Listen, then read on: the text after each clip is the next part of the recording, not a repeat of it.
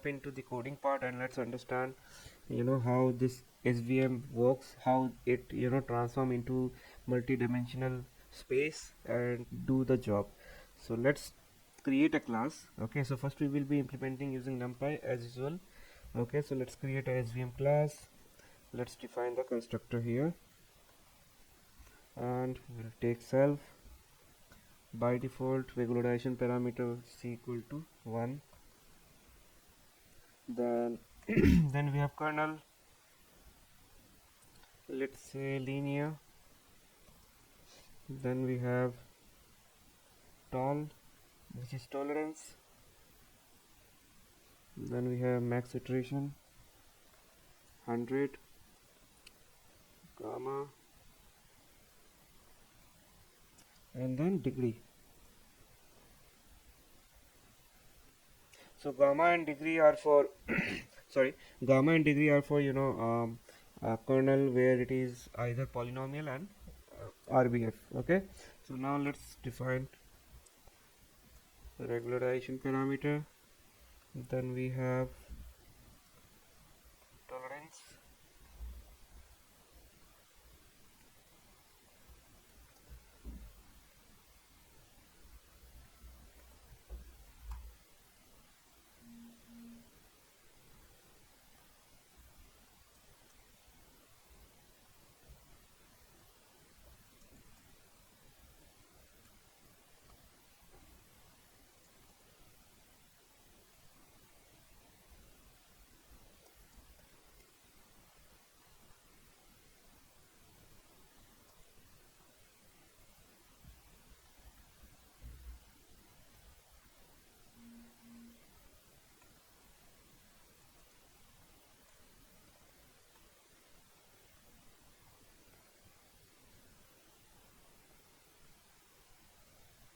Okay, so let's understand each of the terms. So first is C, that is regularization parameter. So it will control the trade-off between achieving a low training error and a low testing error. So a large C emphasizes correct classification of training data, potentially leading to smaller margin of hyperplane. So a small C encourages the larger margin hyperplane, potentially leading to more training error and better generalization. Then we have tolerance for stopping criteria. So basically tolerance sets the stopping criterion in optimization algorithm, and the algorithm stops when the change in Lagrange multiplier is smaller than its value. Okay, so it will stop when it is 1 to the power minus 3. Then we have maximum number of iterations. Since it is self-explanatory, it will run for 100 times. Then B is our intercept term in the decision function. Okay, then we have alpha that represent Lagrange multiplier associated with each training sample, and they are optimized during the training process. Then we have X, that is it's used to store training data. It is expected to be a NumPy array. Then we have Y, that is label associated to the training data. Again, it should be again a NumPy array. Then we have kernel, and it's a specify the type of kernel to be used in the SVM, and it can be linear, polynomial, or RBF. Okay. Then we have gamma, so basically kernel coefficient of RBF kernel. So it represents the kernel coefficient. So if it is set to scale, a default scale factor is used. Otherwise, it can be set to numerical value. Then we have degree and gamma. So basically gamma is representing the kernel coefficient, okay, for RBF kernel, and then degree is represent degree of polynomial. So let's move forward and write the fit method. Okay, so we'll write now fit method. Okay, it should be inside.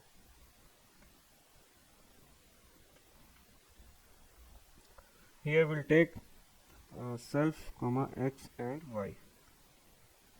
So first of all we need to define our x and y. Okay, self dot x equal to x dot y equal to y.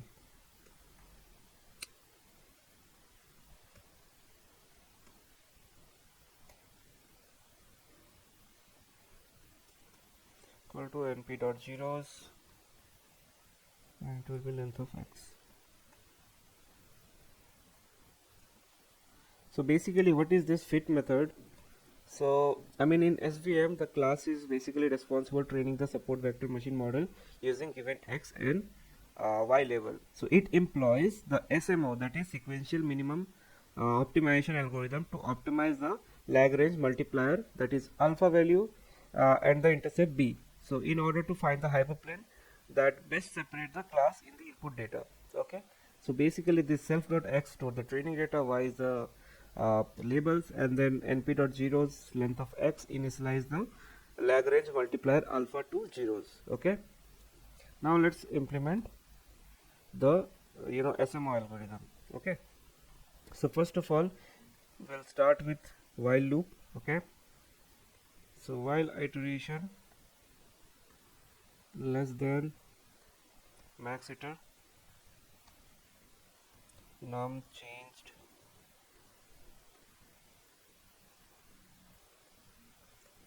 alpha equal to 0, then for I in range of length of x,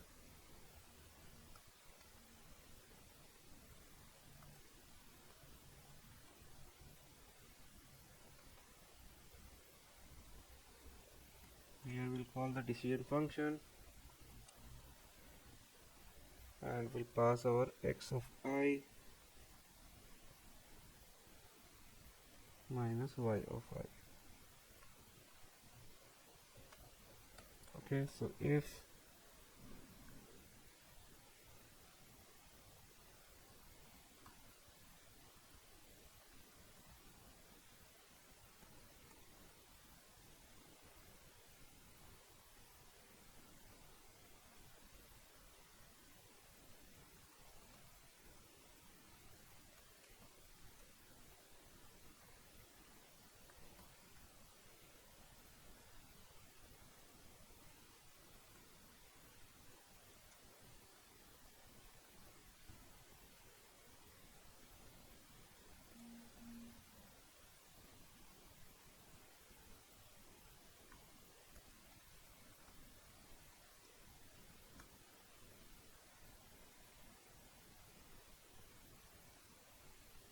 then we have defined ei.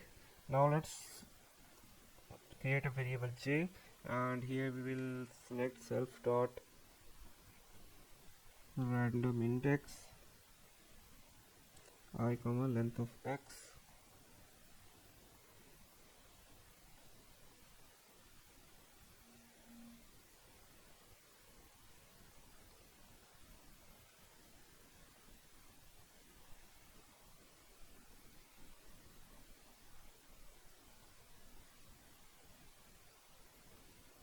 So let's create some space. Okay, so it will be xj minus yj. Okay, now alpha old, let's name it alpha I old comma alpha j old equal to self dot alpha of I comma self dot alpha of j. So let me complete this code and explain you what's happening. So now if y not equal to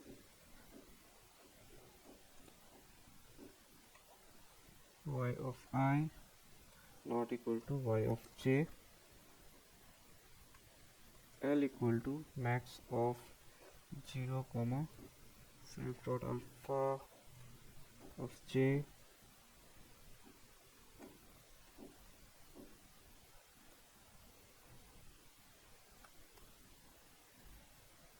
now copy the whole thing. Okay, paste again, else paste, so it should be h. Okay, and it should be min self dot c comma self dot c plus self dot alpha j minus self of alpha I. Okay, now then after that max of 0 alpha of I plus alpha of j minus regularization parameter, so self dot c. Then we have min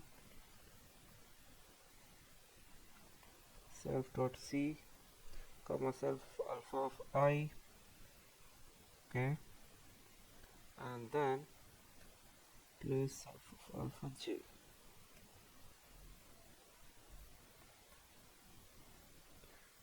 And if L equal to h, so we'll continue,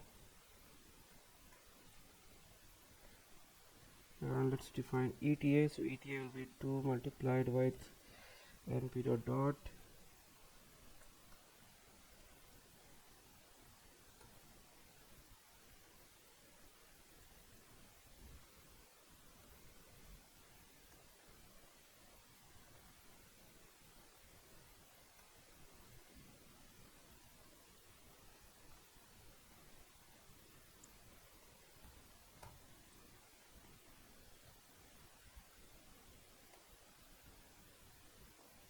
Okay, so we have defined our ETA, and if it is greater than 0, then we will continue. So let's write the condition for that as well. Okay,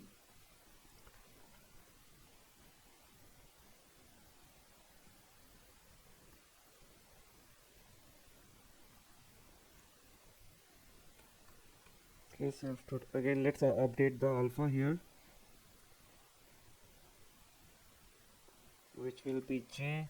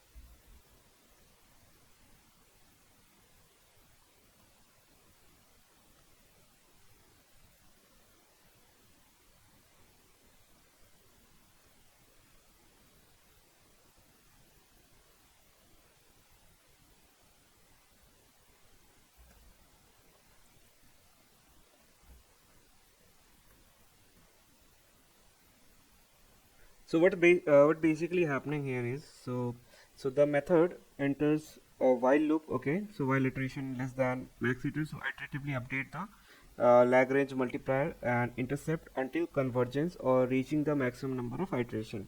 Then we have num change alpha, which is it is a counter that keep track of the number of alpha value that have changed in the current iteration. Then we have an inner loop, okay, which iterate over the data point. So a nested loop, so iterate over all the data point in training set, and then this EI stores the basically calculate the error for current data point.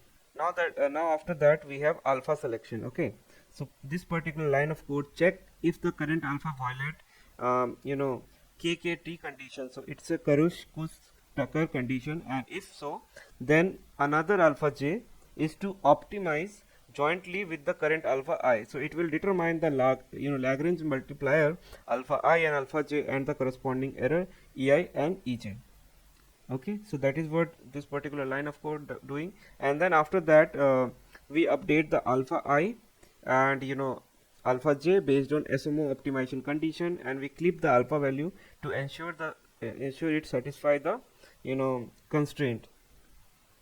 Okay, so up till here we are done. Now, so to repeat that again, so basically this condition checking whether the pair of Lagrange multiplier, that is alpha I and alpha j, if that violates the KKT condition. If they do, the SMO algorithm proceed to update these multipliers. So the KKT condition are constant that must be satisfied for a solution to be optimal. So the condition involves Lagrange multiplier and the equality, which is something called summation of alpha I into yi, okay, and it should be equal to 0, and this is a condition need to be satisfied, okay. So what we do is so in alpha I and alpha j, it select randomly using random index, okay. Here you can see it selects using random index, and then it compute error in that EI and EJ. So basically this EI EJ stores the error that is computed for selected Lagrange multiplier. Now we store the Lagrange multiplier. So basically old value of Lagrange multiplier are stored for comparison purposes. Then we have L and H constant. So the old value gets stored into these alphas. So basically these L and H are computed based on type of data point pairs, whether it is positive, negative, anything, okay. And after that we we check if the constraints are equal. So if the lower and upper constraint are equal, the loop continues to next iteration, okay. And then we compute the second Lagrange multiplier, that is alpha j. Here you can see. So here basically what's happening, so it updates the second large multiplier, Lagrange multiplier, which is computed based on the SMO formula, and we check if it update within the tolerance tolerance that we have defined, okay. So basically if it is within the tolerance condition, so it will keep on continuing, okay, until next iteration. And then we after that we continue and update the first Lagrange multiplier, that is alpha of I, and then we compute bias term, that is b1 and b2, and then after that we will be updating the bias term, and then we'll count the number of changed has happened in the Lagrange multiplier with the help of this particular variable, okay. So let's do the remaining part. So basically this b1 computes the error difference. So basically E1 that you see here, E1 and EJ you will see here. So what happening here is it basically representing the difference between actual class level and the decision function value for the data point respectively. And then alpha I and alpha j are the Lagrange multiplier, okay, for the data point xi and xj. So we are doing dot product here, okay, nothing much but dot product. So between the feature vector and the data point, and then after that we we will get the value of bias. So basically b1 and b2. So so that basically represent the dot product between the feature vector and the data point. That's all, nothing else, okay. So now let's define our bias, second bias term, okay, that is b2. So let's copy the whole thing. We just need to change few of the thing. Okay, so ei will become ej. Okay, and then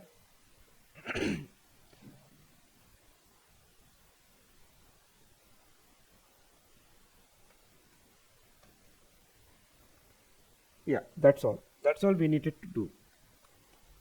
Now let's compare it with the value. So if 0 less than self dot alpha of I, okay, and less than self dot regularization parameter, then self dot b equal to b1. Okay, and then after that, elif 0 less than self dot alpha j self dot c. Now self dot b equal to b2. Now after that, else self dot b equal to b1 plus b2 divided by 2. Okay, then after that, num changed alphas plus equal to 1. Okay, now after that we need to check, okay, if the changed changed alpha is 0 or not. So for that case, if num changed alphas, why there is 2, should be alpha.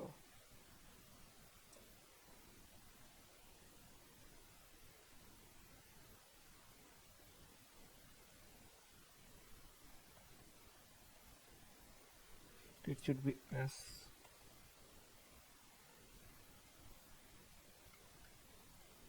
Yep, so we are done. So now now we'll check if number of change alpha equal to 0, then iterations will be +1. Okay, so increment will do here plus equal to 1, then else iteration equal to 0. So we are done with the SMO algorithm. Now what we have to do next is we need to create our decision function. Okay, so let's create the function for that as well. Def decision function, which is basically linear, RBF and poly. Okay, so decision function here will take our training data only. So now if self dot kernel equal to linear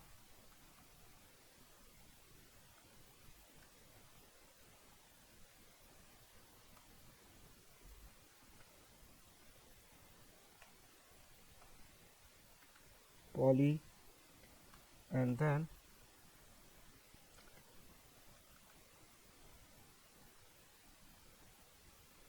else will be uh, if it is RBF. Okay, so let's write the code for all three. Now the very first thing that we have to do is let's define the equation for linear kernel. Okay, so basically it will return np dot of self dot alpha, which is multiplied by self dot y, and then dot product p dot product of self dot x. Okay, and small x, and then it will subtracted by b. So basically this is a decision function for a linear kernel, and it computes the dot product between weight vector, that is self dot alpha, into self dot y, and the dot product of the training data, that is self dot x, and the small x is the input vector, and then bias term is then subtracted from all the result. Okay, so this is what linear kernel does. Now let's write the code for polynomial. So it will be similar only. So let's copy the code, and here we'll pass so self dot alpha into self dot y and p dot self dot x dot x. So it will only get multiplied with the degree. Okay, That's the only difference in between linear and polynomial kernels. Hope you remember some of the concepts from the linear regression and the polynomial regression. So it just, this thing only, right?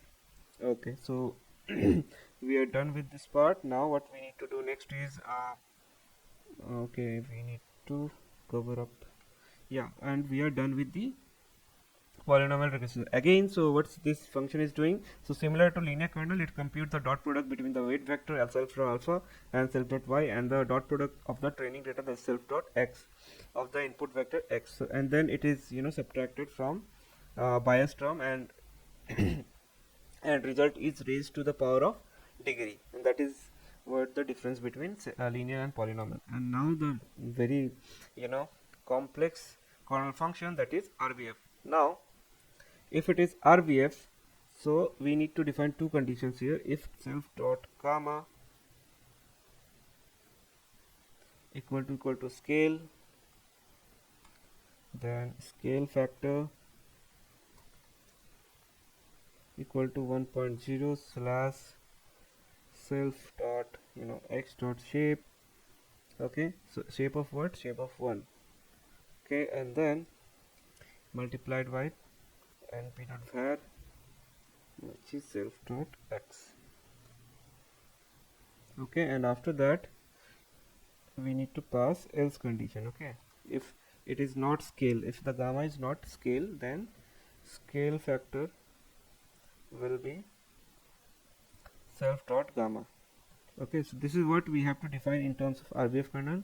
We have to define scale factor. Okay, now let's write the actual code of the RVF kernel. So that is np dot sum, np dot expression, and then we need to subtract scale factor, okay, multiplied with np dot linear algebra. Okay, so here np dot linear algebra, and then it will get subtracted from the actual training data, that is self dot x minus x in the column axis, and then power of 2. Okay, and then what we need to do is we need to multiply it with self dot alpha into self dot y, and then it will subtracted with the bias term. Okay, self dot b. Okay, so let's understand what's happening here. So this is a decision function for radial basics function, or you can say Gaussian kernel, it's equivalent. So if so it calculates the RVF kernel using the formula of expression minus summation of expression minus scale factor into training data point subtracted with the input vector whole square into weight into label and into bias. Okay, so hope you guys understood. That's all, that's the only thing. Okay, this is bias, this is label, this is weight, this is input vector, okay, this part, and then the training data. Okay, so basically the scale factor is determined by based on whether the self dot gamma is a scale or it is specified value, and then np dot expression term measures the similarity between input vector and the each training data point. So the sum of these terms weighted by the Lagrange multiplier, that is self dot alpha into self dot y, is calculated and the bias term is subtracted.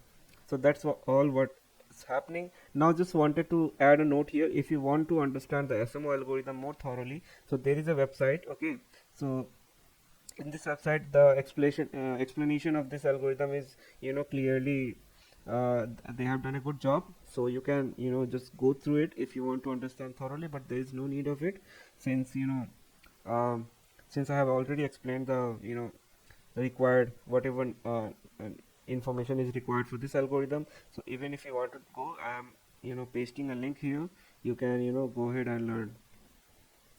So here I have pasted it. Okay, so now after this what we need to do is we need to create two more functions, that is predict and random index, that we haven't done yet. So let's do that. So predict self dot x, okay, then predictions equal to empty list, then for x in capital X, okay, if self dot decision function of x greater than equal to 0, and we'll append the predictions. Okay, and if this is not the case, then prediction dot append -1. So this is in case we have two classes only. If there is more class, then again we need to change something on this function. But again, we do not have to do these things, since we have already scikit-learn method already take care of all those things, so we do not need to worry about that. But we'll see in the next video. So let's complete this part as well. So prediction, so we'll return it as an array. Now we need to define a random index also. Okay, so in random index we'll take I and m. Okay, so j equal to I, while j equal to I,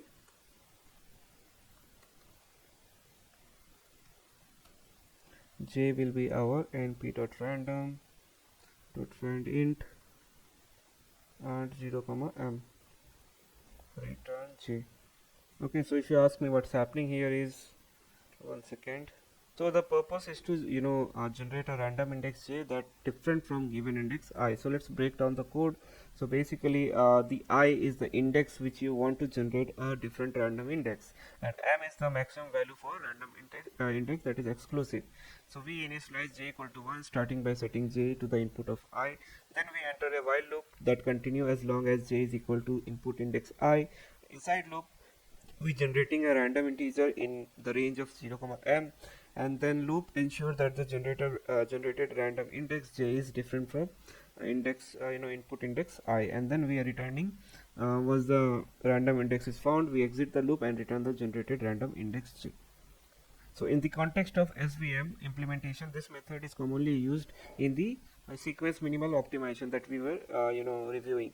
And in SMO, so basically during the selection of second Lagrange multiplier alpha j, a random index j is chosen that is different from current index I, and this help in selecting the different data point for the optimization process to prevent the unnecessary computation on same data point. So hope you guys understood what is the reason. Now let's run the code. Okay,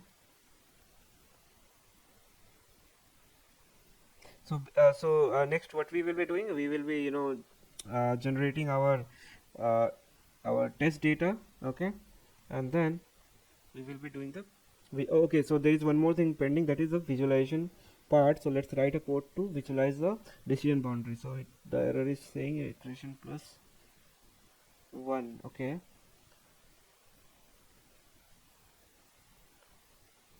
okay, the error is here. So it is saying that it will won't, yeah, so it ran successfully. Now let's generate the let's write the code for a decision boundary. Okay, so have we imported? Okay, no, we haven't imported matplotlib.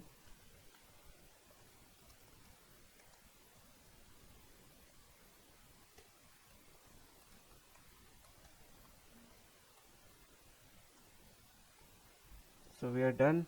Now let's write the code for decision boundary. So let's write the code. So plot decision boundary, and here we'll pass the model x and y.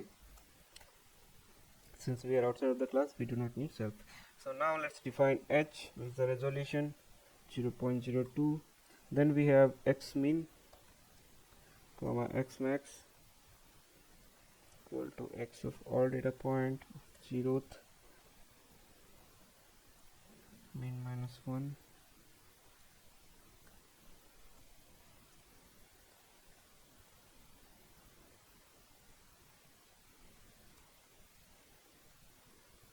So let's copy this code and write for y.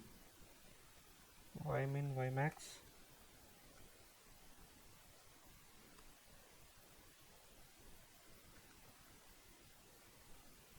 plus 1. Okay, now xx and yy. So np dot mesh grid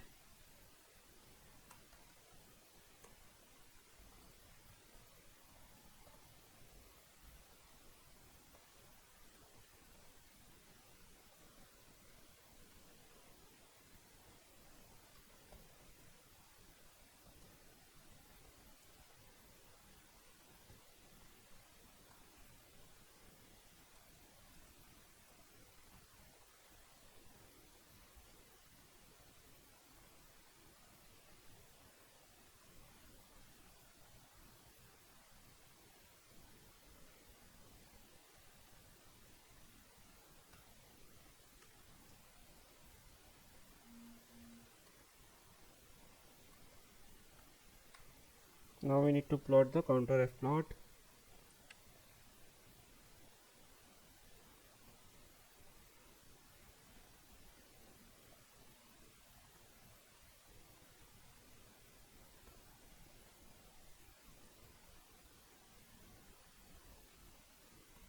Alpha equal to 0.8. Then scatter plot.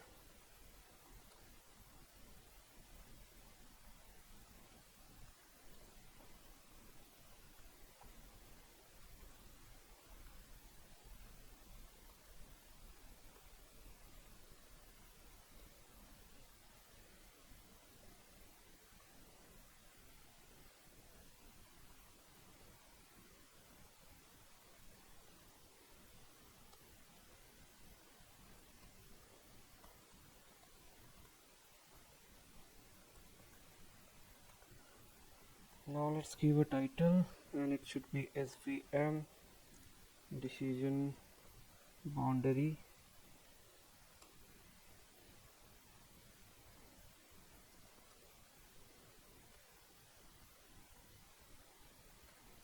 Feature 1.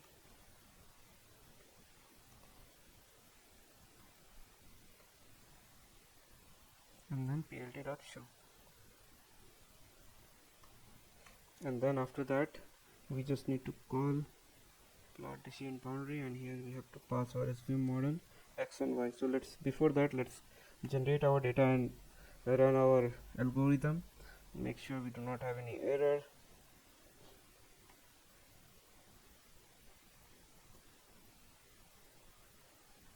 So let's first set a seed.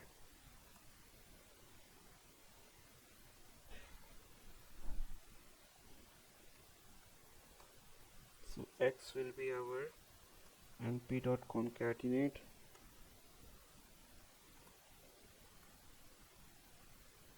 np.random .rand 100,2, which will get multiplied with 0.5. So p.array.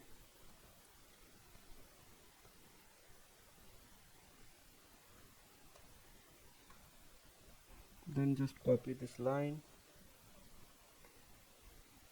Okay, and we are done. Now let's define our y class.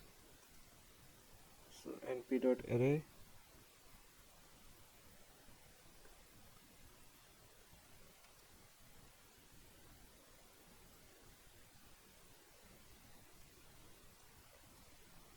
okay, so we are done with. So basically hope you are getting what's happening here. So just let's run this and you will get to know.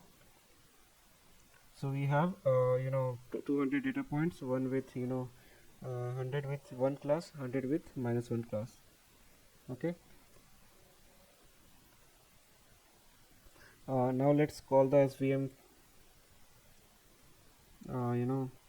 SVM algorithm and SVM, and here we can pass our regularization to be 1 and kernel to be, let's say, linear. Okay, now after that svm.fit our x comma y and then print accuracy.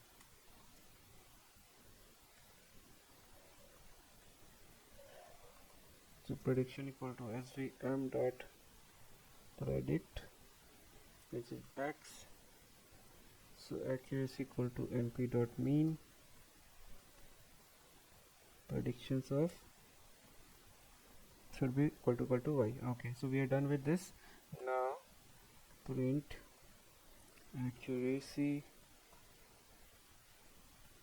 and let's after that plot decision boundary. Okay, so let's run this and let's see how much accuracy we are getting for this data. Okay, so we have ran it. Let's wait for some time. So we have some error. Let's see what type of error it is. So it says no is not defined. Okay, it should be np, not no.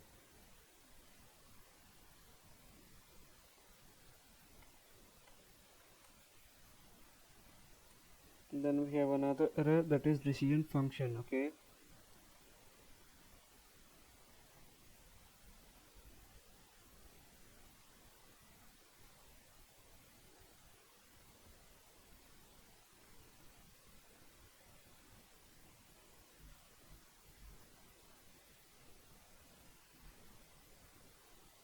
Then we have another error, that is decision function again.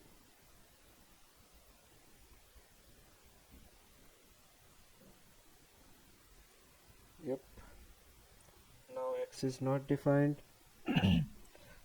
So where exactly? Okay, inside the decision function, so it should be small x. Then we have unbounding. Okay, h is not defined. Okay, L equal to h. So I think I forgot to change, so there should be h, not L. Okay, now again, okay, so we have got around 50% of accuracy. Okay, now there is an error in the mesh grid part, so it says arrange. Okay, it shouldn't be double R, it should be just R. So you can see that we are achieving around 50% accuracy on this data. Now let's check with another type of kernel that we have. Okay, so again there is some issue. Where exactly the issue is? Shape of x is not matching. Okay,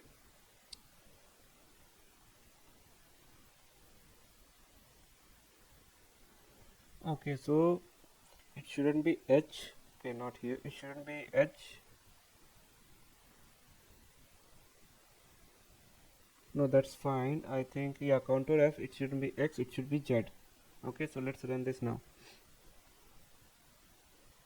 So yeah, you can see the decision boundary, this is how it look like. Okay, and it's not looking, separated very nicely. So let's try it out with another kernel, whether it able to do the beautiful thing or not. Okay, now let's use polynomial kernel, and rest everything will be same.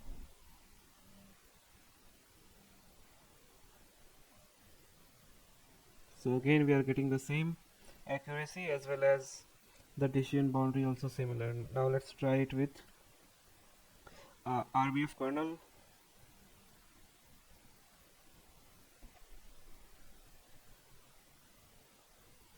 So RBF takes so much time because the complex equation that we have seen for the RBF, that's the reason. Okay, so SVM is also showing similar, so let me figure out what. Okay, so I have got the error, that is it shouldn't be 2, it should be -2, and that's why this was happening. Okay, so let's run this again. Now it's saying absolute take exactly one argument. Okay, okay, let's run this whole function again by restarting the kernel. Okay, let's run this and run this. Okay, okay, so we have some error here in line number 50 where we are comparing with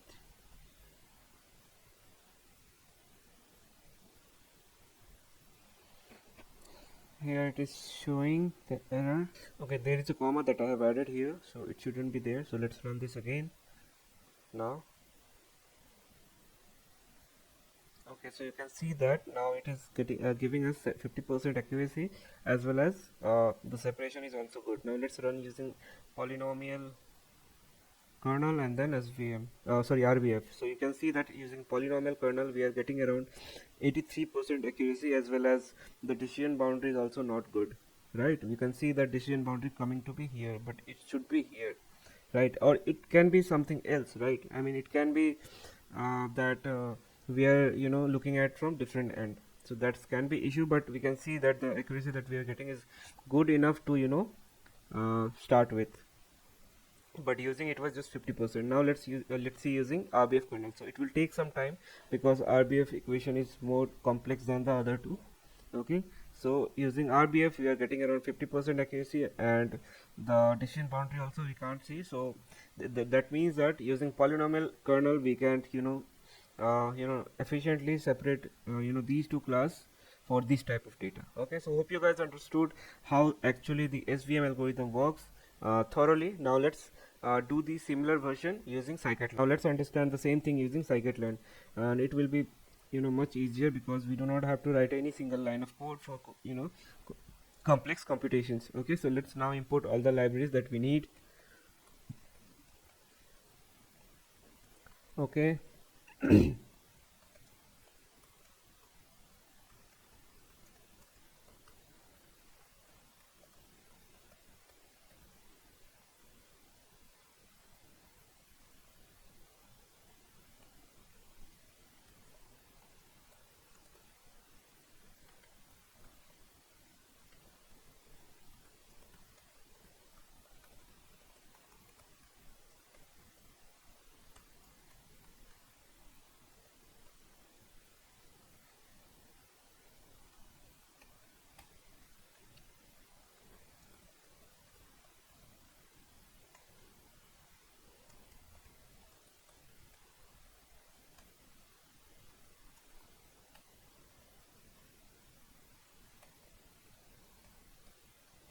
Import SVC. Okay, now from Scikit-learn dot metrics import accuracy score. Okay, so we are done with all the imports that we need. Okay, here it says some issue.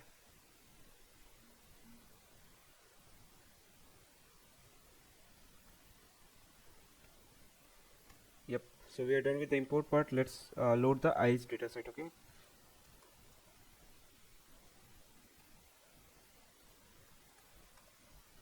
let's create some space here. Okay, so is equal to datasets dot load iris.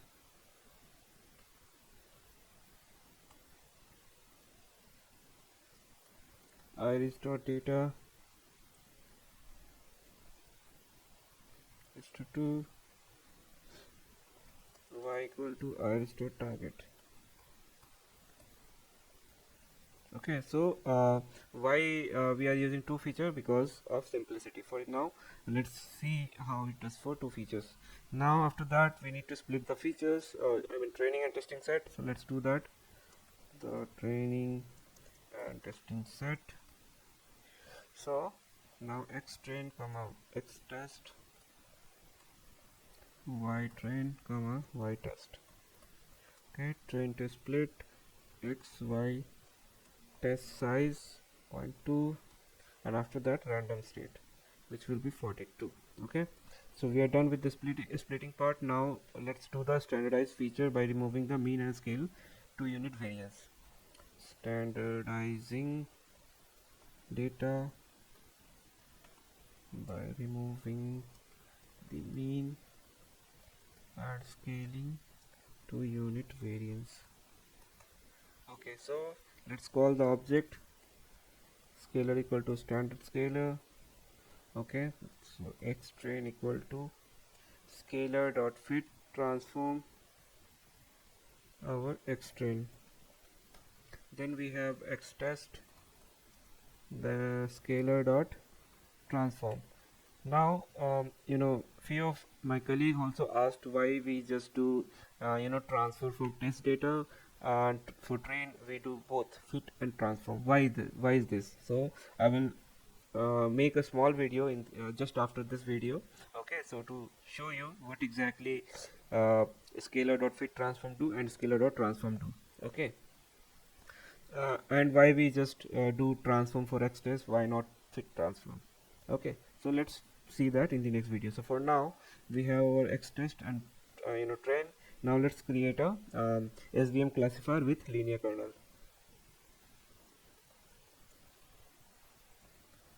Okay, so SVM classifier equal to SVC.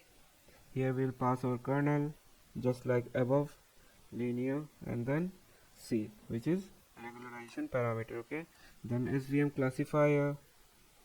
Okay, it's known as SVM classifier dot fit x train and our y train. Now our support vector classifier is trained. Now let's do the prediction. Okay,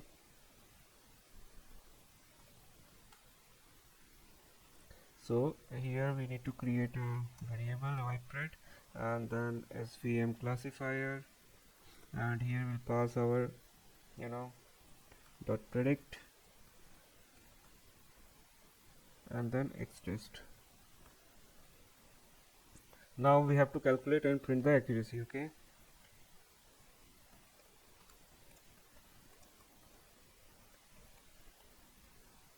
so accuracy equal to accuracy score y test and prediction. Okay, now let's print the accuracy.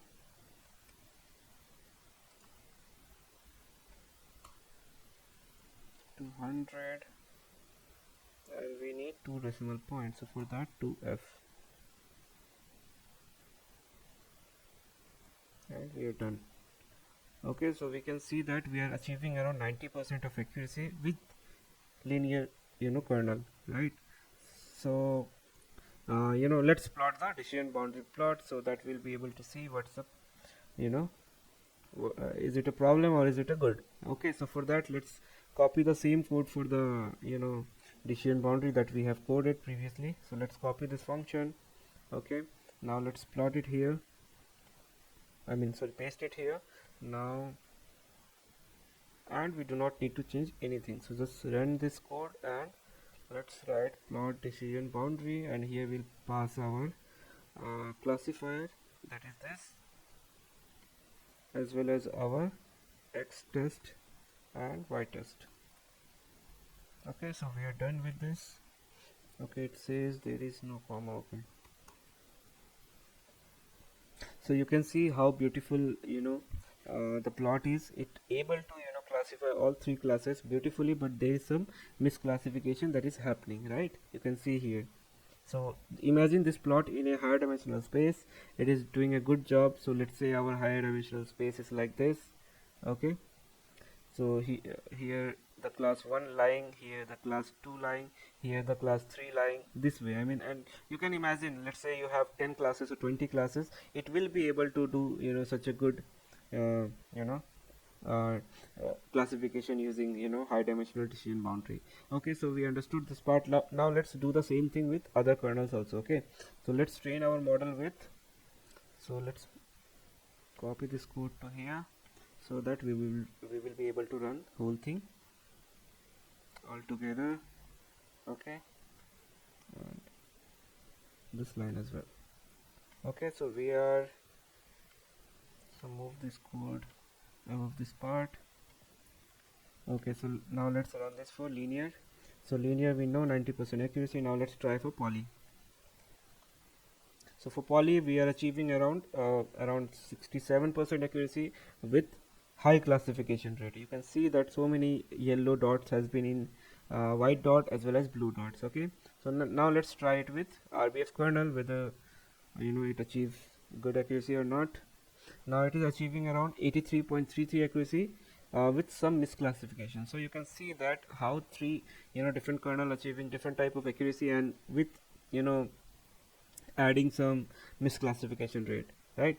So hope you guys understood how to implement this thing using Scikit-learn. Now in the next tutorial I just want to do one more video with the hard margin and soft margin. Okay, so let's see you in the next video, and see, let's be ready to see the different kind of implementation, because I tried to make it more simpler as well as make it more understandable, so that you guys understand each and every aspect of machine learning algorithms, all the logics that I use in the day-to-day life. Okay, so now in the next video we will be talking about practical implementation of hard and soft margin that we have understood in the theoretical part. So see you in the next video. Thank you guys.